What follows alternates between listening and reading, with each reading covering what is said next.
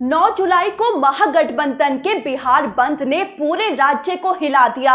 राहुल गांधी और तेजस्वी यादव खुद सड़कों पर उतरे।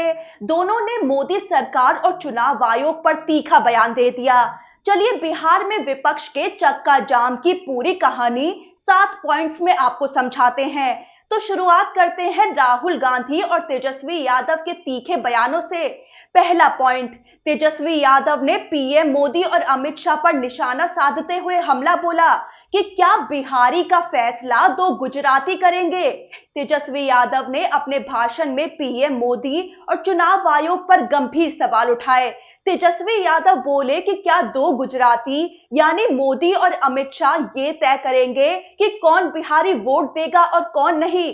तेजस्वी यादव आगे बोले कि गरीबों के नाम वोटर लिस्ट से हटाए जा रहे हैं और ये मोदी नीतीश की दादागिरी अब नहीं चलेगी। तेजस्वी यादव ने मार्च में मौजूद हजारों कार्यकर्ताओं से कहा कि अब वक्त है संविधान और गरीबों के अधिकारों की रक्षा का। दूसरा पॉइंट, राहुल गांधी मोदी सरकार और चुनाव आयोग पर जमकर बरस पड़े। पटना मार्च के दौरान राहुल गांधी ने मोदी सरकार और चुनाव आयोग को आड़े हाथों लिया। वो बोले कि बिहार में भी चुनाव को महाराष्ट्र की तरह चुराने की कोशिश हो रही है। वो आगे बोले कि चुनाव आयोग बीजेपी के लिए काम कर रहा है, जबकि उसका धर्म है संविधान की रक्षा करना। राहुल का ये बयान सीधे सीधे इलेक्शन कमीशन ऑफ इंडिया की निष्पक्षता पर सवाल खड़े करता है। फिर आया तीसरा बड़ा सवाल, कहां कहां बिहार थम गया।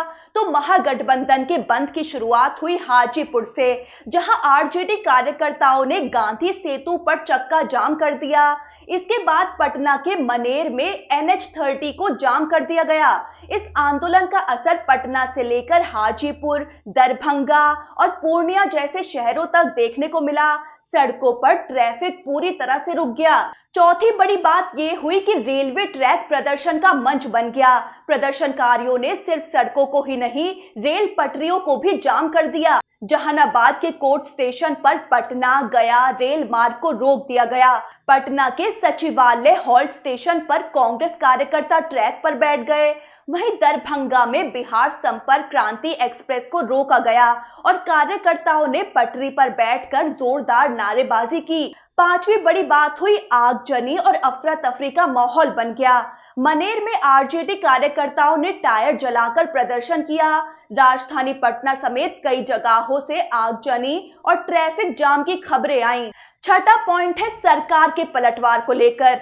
सरकार की तरफ से इस आंदोलन पर तीखा जवाब आया।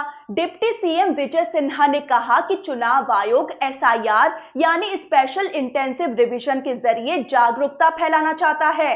वो बोले इसमें गलत क्या है, ये किसी जाति या पार्टी के लिए नहीं, पारदर्शिता के लिए है। इसी के साथ बीजेपी विधायक हरिभूषण ठाकुर का भी बड़ा बयान आया।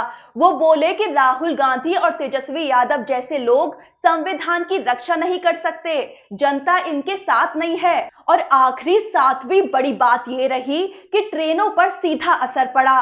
बिहार बंद और चक्का जाम का सीधा असर रेल सेवा पर पड़ा।